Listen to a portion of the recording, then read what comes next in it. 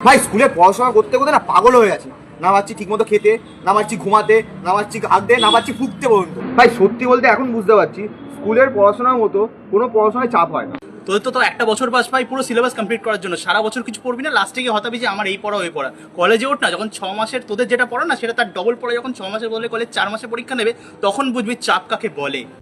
তাও তো তোদের ভালো, আমাদের অ্যাটেন্ডেন্সে যা ঝামেলা তোদের তা ফেস করতে হয় না। তোরা নিজেদের মতন বেরোতে পারিস, নিজের মতন ঢুকতে পারিস। আমাদের কি একটা টাইমের মধ্যে আমাদের স্কুলে ঢুকতে হবে, টাইমের মধ্যে স্কুল থেকে বেরোতে হবে, এছাড়া আমাদের কোনো উপায় নেই। তার মধ্যে ভাই পড়াশোনা এত চাপ, প্রত্যেকটা সাবজেক্টের জন্য আলাদা আলাদা টিউটার। তুই ভাব এই কোচিংয়ের ঝামেলায় পড়ে কি করে আমরা সেলফ স্টাডি করবো। ভাই তুই মানে কলেজে না 75% অ্যাটেন্ডেন্সের পলিসিটা শুনিস নি? যদি শুনতিস বুঝতে পারতিস যে যখন 75% অ্যাটেন্ডেন্সের নিচে হয় তখন কিভাবে সিউ বাসটা দেয়। তাহলে 60%-এর মধ্যে হয় একটা মোটা টাকার অ্যামাউন্ট তো নিয়ে নেবে, আর 60% নিচে হলে তো সেকেন্ডও ভাববে না।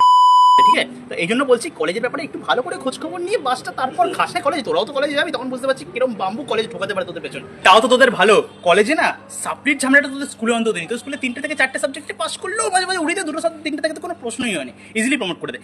আমাদের কলেজে যে কোনো একটা সাবজেক্টে সাপ্লি পেয়ে দেখ না, ওই সাবজেক্টের পরীক্ষা তোকে আবার নেক্সট ইয়ার দিতে হবে, যে তুই লাস্ট মানে নেক্সট সেমিস্টারে উঠে গেলেও কোনো অসুবিধা নেই, কিন্তু তোকে দিতে ঠিক হবে। তার মানে তুই যতদিন না সাপ্লি ক্লিয়ার করবি ততদিন তোকে কলেজে পড়তে হবে, সে 10 বছর হোক, 5 বছর হোক, 15 বছর হোক, 50 বছর হোক, 60 বছর হোক, 100 বছর হোক। তোর কথাই ঠিকই ভাই, চাপের দিক থেকে মনে হয় কলেজই বেশি পাস দিয়ে দিচ্ছে। কি আর করা যাবে, কিছুদিন পর আমাদেরও সেই বাস নিতে হবে।